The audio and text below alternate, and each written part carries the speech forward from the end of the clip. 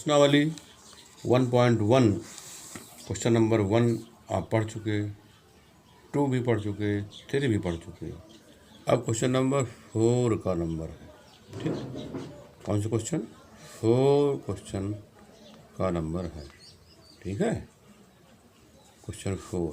अब आपको जब क्वेश्चन 4 आप हल करोगे तो थोड़ा सा आप ये ध्यान रखिएगा, क्योंकि हमने आपको जैसे बताया था कि भाग कैसे देंगे। आप जानते हैं जैसे 2 में 11 में 2 का भाग देना है, तो आप कहते 2 शून्यम शून्य, फिर 1 आया, फिर 1 उतारा, 2 पंचे 10, फिर 1 शेष आया। तो आप खुद देख रहे हो कि 2 आपका भाजक है, 5 आपका भागफल है, 1 आपका शेषफल है। तो युगलित विभाजन प्रमेयिका आपको बताई गई थी ना, जिसमें था भाज्य बराबर भाजक गुणे भागफल, याद है। और धन क्या लिखेंगे? शेषफल। ये आप पढ़ चुके हो। ये क्या है? युगलित विभाजन प्रमेयिका है कि नहीं? इसी को हमने इस रूप में भी बताया था, याद हो तो। याद है? जिसमें r का मान क्या होगा? 0 से बड़ा होगा, बराबर भी हो सकता है, लेकिन जो भाजक b है उससे सदैव छोटा होगा। ये ध्यान रहेगा। अब हम इसी प्रकार प्रमेयिका को ऐसे भी लिख सकते हैं, जैसे आपसे कह दिया जाए कि चलिए x बराबर पी क्यू प्लस r। अब आप बताइए, इसमें x क्या है? आपका भाज्य है। p क्या है? भाजक है। q क्या है? भागफल है। r क्या है? शेषफल है। अब जो शेषफल r आया है ये 0 से बड़ा भी होगा और 0 के बराबर भी हो सकता है, परंतु किससे छोटा होगा?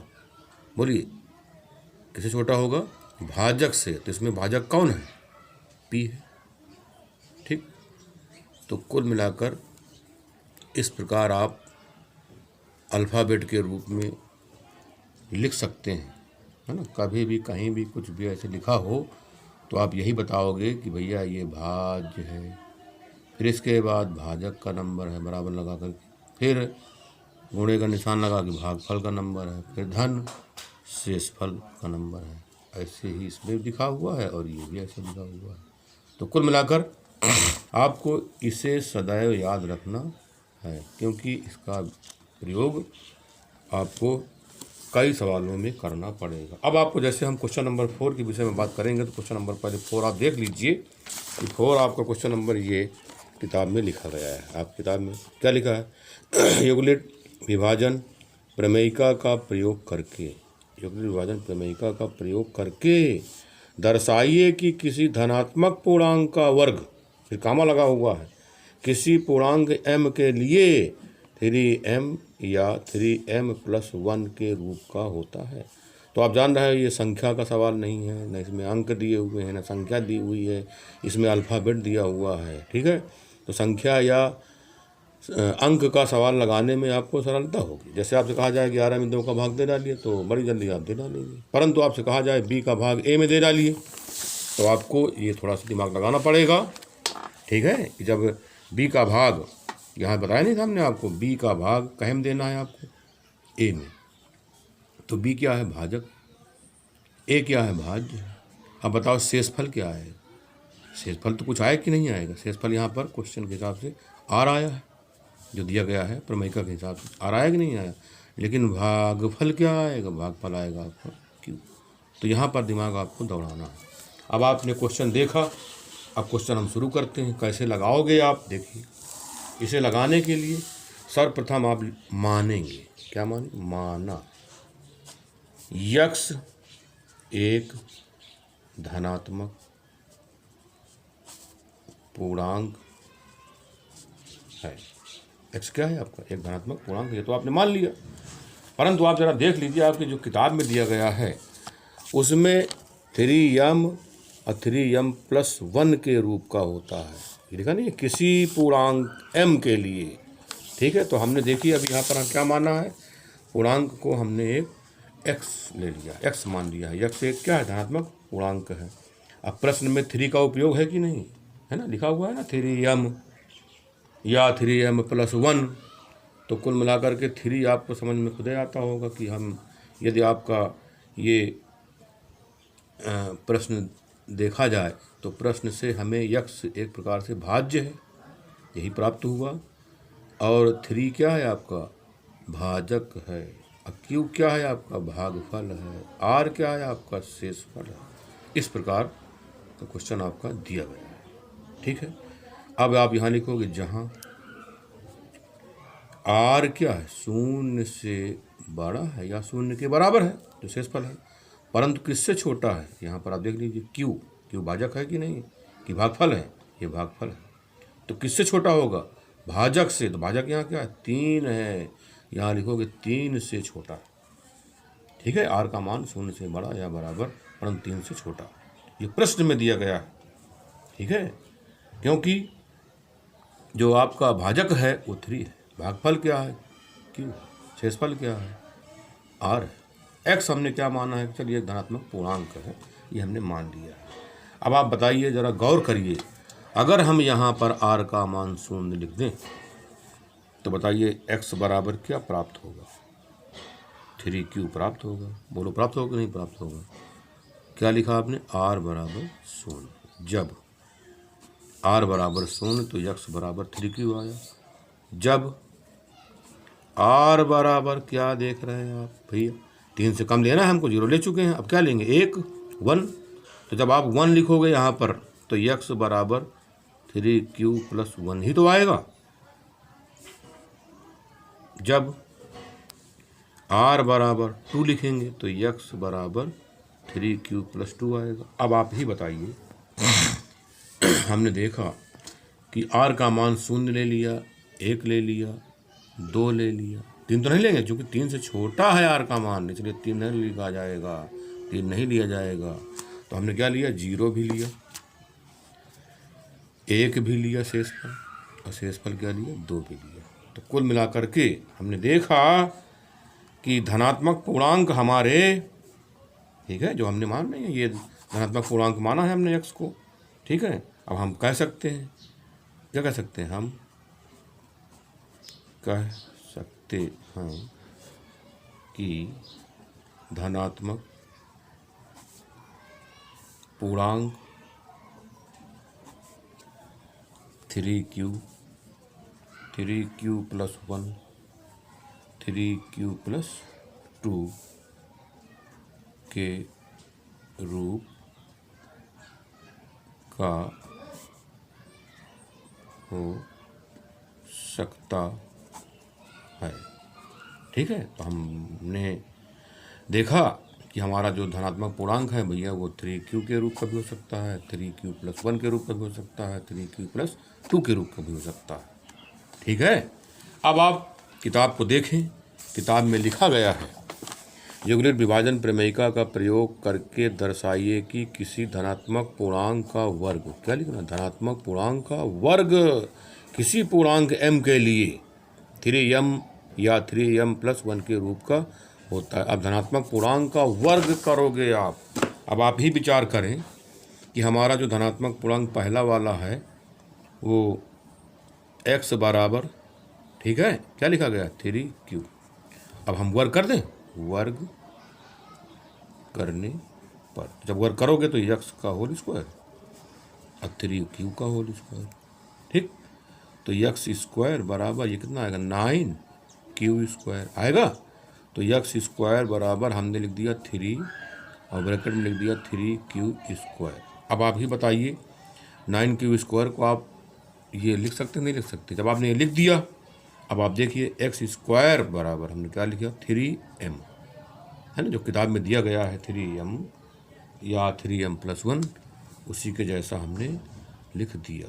अब आप देख रहे हैं कि हमने ऐसे लिख दिया, तो हमने किसके स्थान पर m लिखा, जहाँ m बराबर 3q²। अच्छा, m क्या है, m आपका पूर्णांक है, m क्या है आपका पूर्णांक है, m को आप क्या कहेंगे, पूर्णांक कहेंगे। ठीक है, m किसी भी पूर्णांक के लिए है ये। चलिए, कुल मिलाकर अगला जो धनात्मक पूर्णांक है वो हमारा x बराबर 3q+1 है। इसे भी आप वर्क करेंगे तो x का होल स्क्वायर 3q+1 का होल स्क्वायर। जब आप इससे दोनों पक्षों को वर्क कर दोगे तो इसका होल स्क्वायर तो एक्स स्क्वायर आएगा, लेकिन इसका स्क्वायर जब करोगे तो आप जानते नहीं a+b का होल स्क्वायर होता है, आपका फार्मूला आपको याद हो, है ना। a+b का होल स्क्वायर बराबर a²+b² + 2ab है फार्मूला की नहीं। इस फार्मूले से हम इसका होल स्क्वायर करेंगे तो 9q² + 1 प्लस दोनों का गुणा दुगना तो 6q आया। अब आप इसी को इस प्रकार लिख दें 9q² + 6q+1। कोई दिक्कत? ठीक। अब आप x² बराबर इन दोनों में देख लें 3 कामन है कि नहीं, 3 कामन ले लिया तो 3q² + 2q और आगे +1। अब आप देख रहे हो कि हमने इसको इस प्रकार लिख दिया x² बराबर इसको लिख दिया m+1। अब बताओ m किसको लिखा है 3q² + 2q, इसको क्या लिखा है हमने m। ठीक है, इसको आप ब्रैकेट में लिख सकते हैं या जहाँ लिख दें तो जहाँ m बराबर 3q² + 2q। तो कुल मिलाकर के आपने देखा कि जो हमारा धनात्मक पूर्णांक था हमने उसका वर्ग किया तो 3m आया, बोलो आया। और जो दूसरा धनात्मक पूर्णांक था वो हमारा x = 3q+1 आया। अगर इसका वर्ग कर दिया तो ये हमारा 3m+1 आया। अब हमारे पास तीसरा भी है, परंतु तीसरे की चर्चा आपकी किताब में या प्रश्न में नहीं की गई है। अगर आप चाहें तो इसको भी कर सकते हैं। तो अगला क्या है x = 3q+2। तो x बराबर 3q+2 लिखा हुआ, दोनों पक्षों को वर्ग कर लेंगे तो x का होल स्क्वायर, ये 3q+2 का होल स्क्वायर, x² बराबर 9q² + 4 आएगा कि नहीं आएगा। और फिर दोनों गुणा 3 दूनी 6q और दुगुना 12q। अब आप इसको ऐसे लिख सकते हैं x² बराबर 9q² + 12q + 4। तो x² बराबर इसमें आप 3 कामन ले लीजिए, यहाँ क्या आ जाएगा 3q² प्लस इसमें आ जाएगा 4q और ब्रैकेट में 4। तो आप देख रहे हो कि x² बराबर 3, इसको लिख दीजिए m, तो 3m + 4। तो कुल मिलाकर के m किसको लिखा, m बराबर 3q² + 4q को लिखा। ठीक है, यहाँ जहाँ लिख देना। अब आप देख लीजिए तीसरा जो धनात्मक पूर्णांक है वो 3m + 4 जैसा है। तो कुल मिलाकर के आपने देखा कि क्या देखा कि धनात्मक पूर्णांक का वर्ग, अगर लिख दोगे आता है धनात्मक पूर्णांक का वर्ग किसी पूर्णांक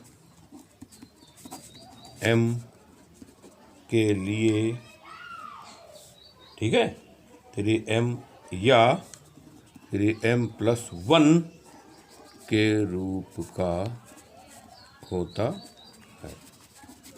ठीक। अब आप अपनी किताब को फिर से देख लें, आपको यही लिखना था किसी धनात्मक पूर्णांक का वर्ग किसी पूर्णांक m के लिए 3m या 3m+1 के रूप का होता है। हमने वही वर्डिंग लिख दिया किताब वाली, है ना, किताब से देख करके लिख दिया हमने अंतिम में। अब आप देख रहे हो कि हमारा जब हमने वर्क किया है तो 3m भी आया और 3m+1 भी आया और इधर 3m+4 भी आया। तो हमसे किसकी चर्चा की गई किताब में प्रश्न में 3m और 3m+1 की चर्चा की गई, तो हमने वही लिख दिया।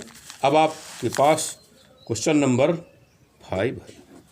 ठीक, तो क्वेश्चन नंबर 5 आप देख लें। युगलित विभाजन प्रमेयिका का प्रयोग करके दर्शाइए कि किसी धनात्मक पूर्णांक का घन 9m, 9m+1 या 9m+8 के रूप का होगा। तो बिल्कुल ये चौथा है क्वेश्चन, पाँचवा भी चौथे जैसा लगेगा। इसमें धनात्मक पूर्णांक का क्या करना है, घन करना है, वर्ग नहीं करना, क्या करना है, घन करना है। अब इस प्रकार ये आपका पाँचवा क्वेश्चन क्या है, पाँचवा क्वेश्चन क्या करेंगे आप, होमवर्क। इसे आप ईमानदारी से मेहनत करके प्रयास करके लगाने का पूर्ण प्रयास करेंगे। ठीक है, अब आपकी एक्सरसाइज प्रश्नावली 1.2 है। 1.2 देख लीजिए पहला क्वेश्चन, एक्सरसाइज यहाँ एक्सरसाइज 1.2 पहला क्वेश्चन आपको करना है। तो पहला क्वेश्चन करना है, किताब में देख लें, पहला क्वेश्चन आप देख लेंगे। निम्नलिखित संख्याओं को अभाज्य गुणनखंडों के गुणनखंड के रूप में व्यक्त कीजिए।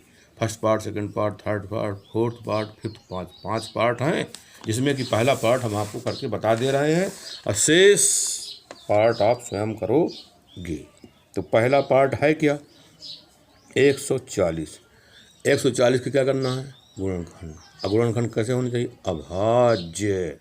तो अभाज्य गुणनखंड आप खुद जानते होंगे कि हम ऐसे कर लेते हैं।